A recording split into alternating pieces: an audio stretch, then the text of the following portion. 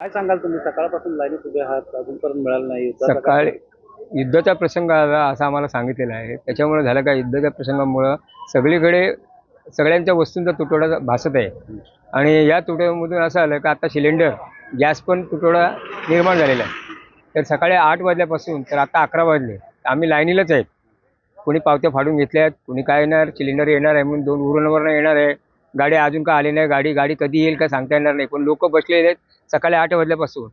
जे gas cylinder आम्हाला वेळेवर भेटायचा, आज मी सकाळी 8:30 वाजल्यापासून लाईनीत लागलो.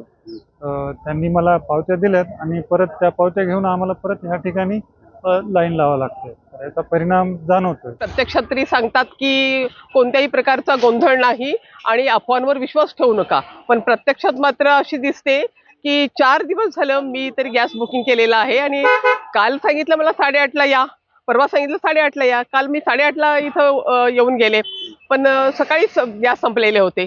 आणि आजही पुन्हा त्यांनी 8 वाजता सांगितलं. मी 8 वाजता बरोबर आल्यानंतर सकाळी 6ला गॅस संपलेले आहेत असं सांगितलं. याचा अर्थ गॅस कुणाला दिले जातात, व्यावसायिकांना दिले जाऊ नयेत अशा प्रकारची सूचना असताना सुद्धा कदाचित तसं होत असावं. आणि यामुळं ग्राहकांना, आणि माझ्याकडे तर एकच सिलेंडर आहे आणि तरी सुद्धा ते आम्हाला कुठल्याही प्रकारच्या नियमित कारवाईतून सुद्धा मिळत नाही. अशा प्रकारची गोंधळाची परिस्थिती निर्माण झालेली आहे. याचं व्यवस्थापन योग्य प्रकारे करणं जरुरीचं आहे. शासनाची ही महत्त्वाची जबाबदारी आहे. एबीपी माझा, उघडा डोळे बघा नीट.